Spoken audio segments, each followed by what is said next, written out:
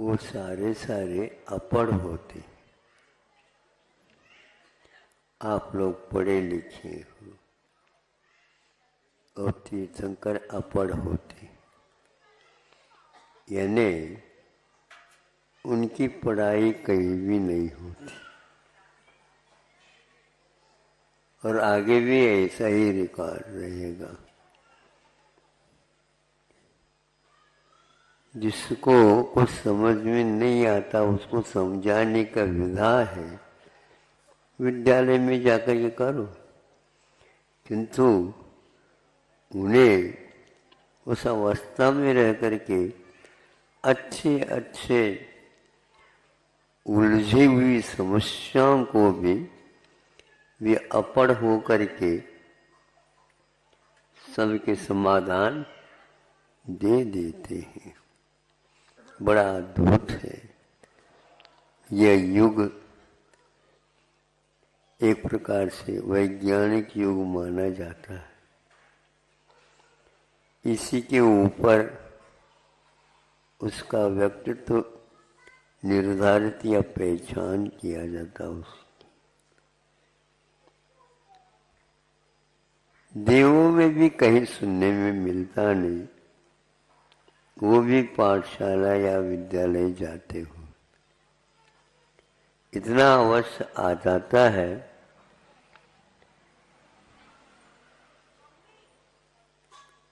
वो गुरु कहलाते हैं। वो स्वर्ग में बृहस्पति ये वार के ऊपर गुरु कहलाते हैं, लेकिन कहीं विद्यालय की स्थापना उन्होंने वहां पर नहीं की। इतना अवश्य है उनका विशेष क्षोभम होता होगा, इसलिए उनको बृहस्पति कह करके पुकारते हैं। और कहीं कहीं पर कवि लोग काव्यों में बृहस्पति का नाम याद करते हैं, जहाँ पर उनके लिए भी हे भगवान आपकी गुणानुवाद करने में अक्षमता हो गई, यानी वो बृहस्पति भी यदि चाहे भगवान के गुणगान पूर्ण नहीं कर सकता। ऐसा आपका व्यक्तित्व है, फिर भी आप पढ़े लिखे नहीं रहे। हाँ,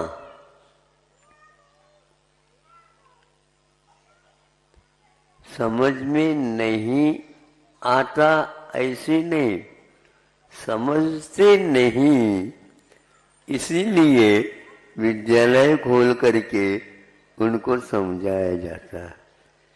और समझाने के उपरांत भी जिसको समझ में, तो हम तुम जैसे में उनका समावेश हो जाता है। आप अपने आप को पढ़े लिखे मत समझो। एक हाइकू बहुत दिन पहले लिखा था, उसमें से कुछ इसमें हम तथ्य समझ सकते हैं। किसी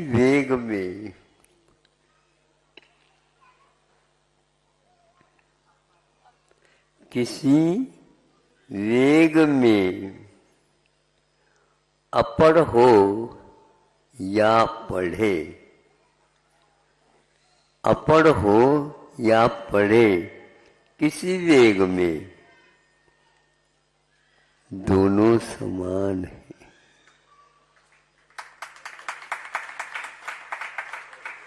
अपढ़ को भी उसी श्रेणी में हम रख सकते हैं और उसी श्रेणी में पढ़ो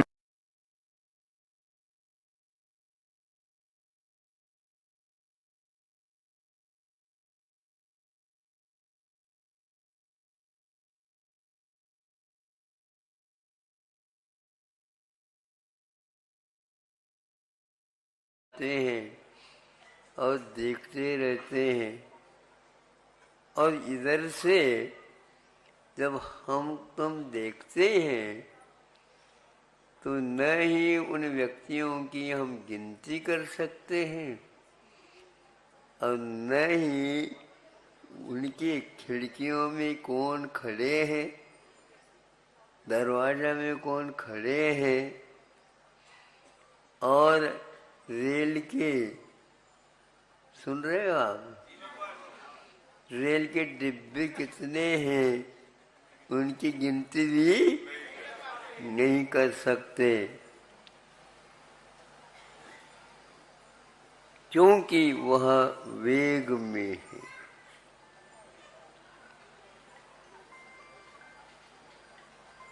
तो आज का युग, आज के बच्चे, आज संतान, पढ़े लिखे कुछ भी हो, माता पिताओं की कोई बात सुनते नहीं है, क्योंकि वह वेग में है।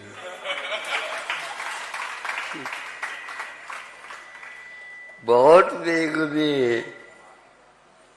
माता पिता सोचते भैया कुछ कहो नहीं तो इतने वेग में स्टेशन को भी पार करके चले न जाए।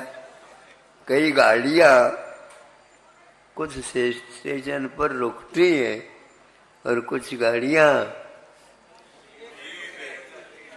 वेग होने के कारण और वहां से पहले से प्रबंध कर लेती। सिग्नल क्या बोलते हैं, वो डाल दिया जाता है तो उसको रुकने की कोई आवश्यकता।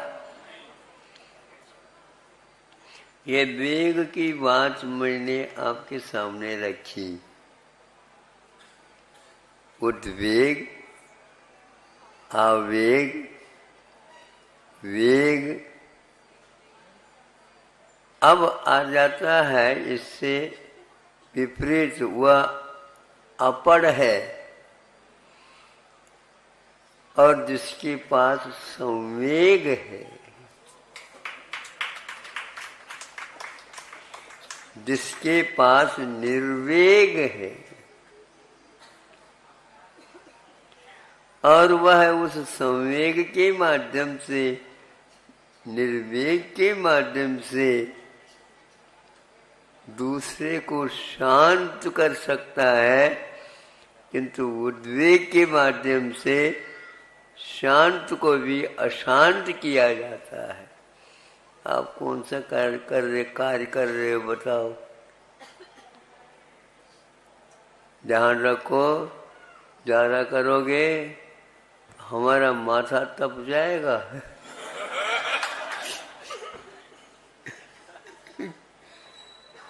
माथा तपता है और जो संवेग के माध्यम से तपने के बाद भी उसको बहुत जल्दी शांत करने की क्षमता, बड़ी बड़ी सभा को भी एक व्यक्ति संवेग वाला शांत बिठा सकता है। जहाँ पर समूह शरण में सिंह भी बैठा है, गैया भी बैठी है।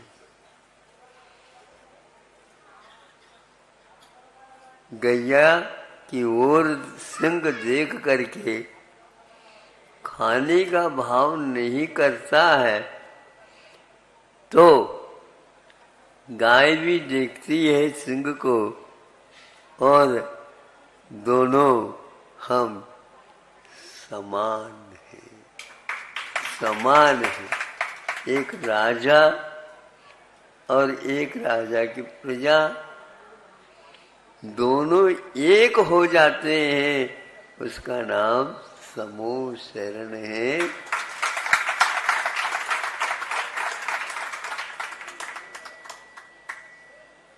हमें कुछ करना नहीं, हमें ज्यादा कुछ पढ़ाई करना नहीं, बस वेग को देखते रहो।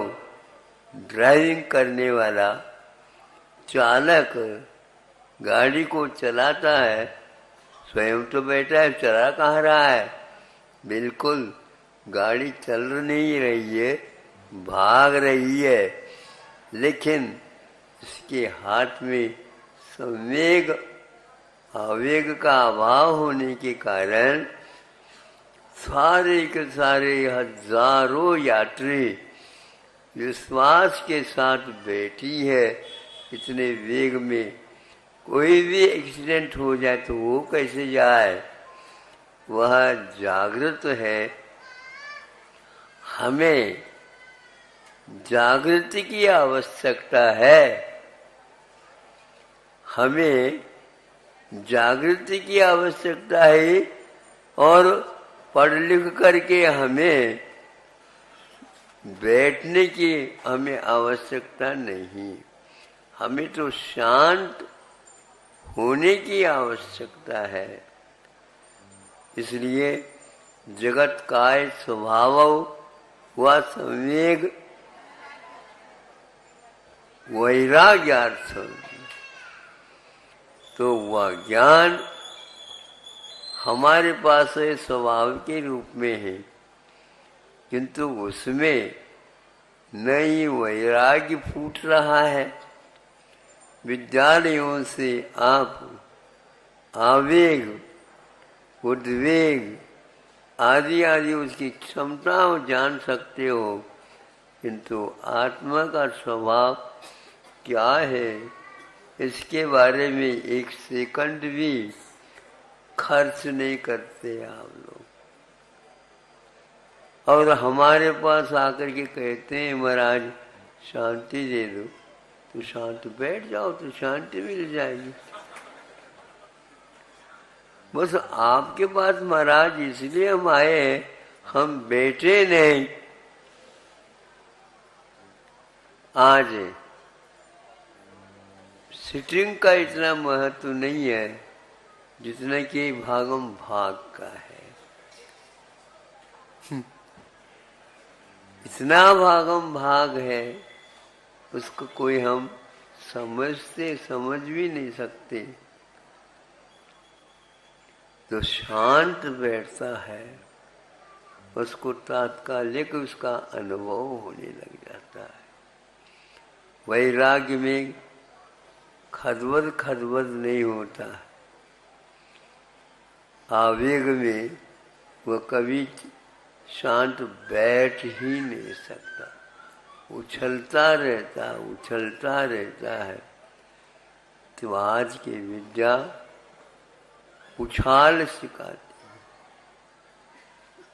उछाल तो होना तो चाहिए, लेकिन एक पढ़ा लिखा होकर के उद्वेग में पड़ जाता है और अपढ़ है और वह संवेग की ओर आ जाता है।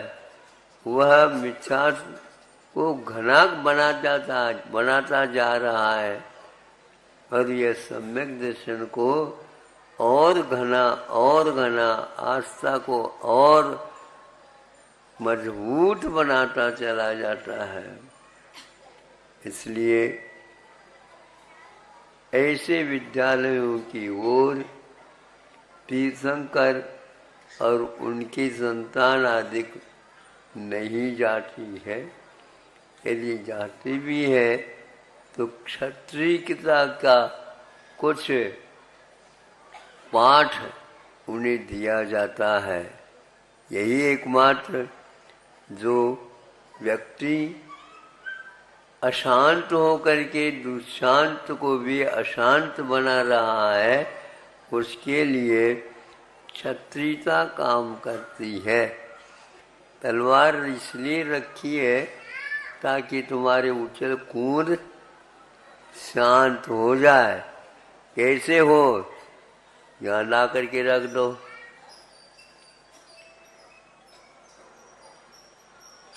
आज छुप छुप करके छापा डाला जाता। बताइए छापा क्या मानो? रेड, अच्छा रेड हो गया, वो व्हाइट नहीं है। आप उसको रेड रखा है इसलिए निकाल दो, रख दो। और पहले क्या करते थे? पहले से ही नियम दिलवा देते थे। तो ये वो क्या कहता, व्यापारी व्यापार करके आ जाता है, लेकिन मौलिक जो कोई भी वस्तु है उनको वह अपने पास न रख करके राजकोष में ही वह जाए, राजा के सामने भेंट के दे देते। बरसों व्यापार करके आते हैं, जहाज भर भर करके लिए आते हैं, किंतु ये सब भगवान राजा को भी भगवान प्रभु दीनानाथ ये कह करके ये सब आपका है, तो वो चुन करके राजकोष में पहुंचा देता। राजा हीरा मोती माणिक इत्यादि को पहन तो लेता है, लेकिन पहनाव के अलग है, और राजकोष में जो रखा जाता है वहां पर ताला लगा दिया जाता है, लेकिन चाबी कभी भी नहीं रखता। कौन? राजा। क्योंकि उसके पास तो तलवार और ढाल रहता है, पढ़ा लिखा नहीं रहता, इसलिए अपने आप ही राजा का काम हो जाता है। उनको कहीं न्यायालय में जाने की आवश्यकता नहीं है, उनको स्वयं न्यायाधीश पद मिला है, और वह क्षत्रियता को कभी नहीं छोड़ता। पर बढ़िया लोग क्षत्रियता का रहस्य नहीं समझते। सुन रहे हो? हाँ, आप तो केवल तोलना जानते हैं, और तोल में भी यदि मान लो और कमाई ज्यादा करना है, डंडी मारना चाहिए।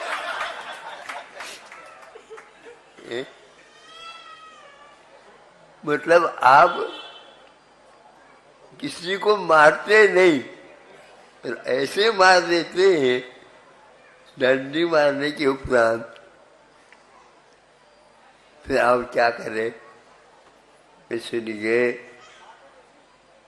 सम्यक दर्शन की प्राप्ति के लिए बार बार मैं कहता हूँ, सम्वेग निर्वेग की आवश्यकता है, वेग को कम करने की आवश्यकता है, और शांत बैठने से ही बुद्धि लब्धि प्राप्त हो जाती है। ये स्वामी और कौन किसका भोक्ता। बच्चों को बच्चे भोजन करें तो जल्दी जल्दी न करें, इस प्रकार की बेटा धीरे धीरे खाओ ताकि पच जाए।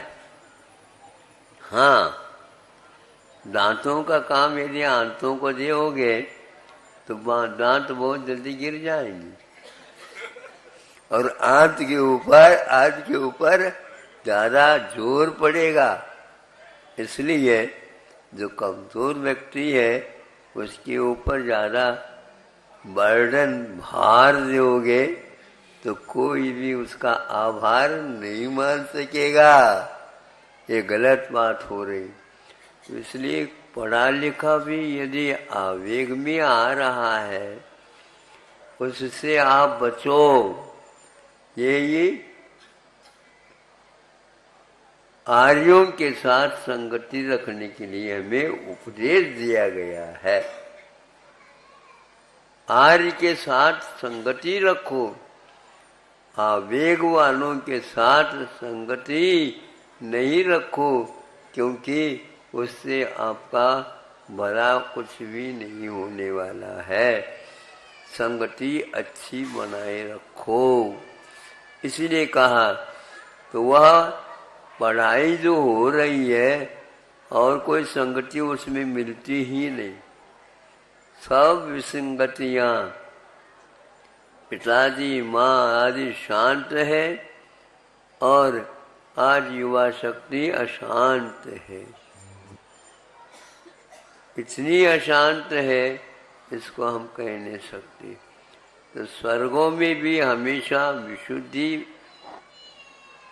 ऊपर ऊपर बनी हुई रहती है, इसलिए उनको पाठशाला की कोई आवश्यकता नहीं होती है। और जो पढ़े लिखे होकर के इधर उधर के बातें करने वाले, उनके कारण अशांति फैल जाती है। इसके लिए रखा है, जो वृत्ति बना है वह वृत्ति बनने के उपरांत शांति के साथ रहे तो उसका चारित्र ज्यों का त्यों बनाए रह सकता है। किंतु जो व्यक्ति इससे विपरीत चलता है तो वह अशांत स्वयं भी है। ऊपर ऊपर जाओ तो वेग कम रहता है, उसमें भी यदि मान लो वेग रहता है तो आचार्य कहते हैं वह उसकी कमी है। तो जो व्यक्ति शांत बैठा है सम्यक दर्शन को प्राप्त कर सकता है।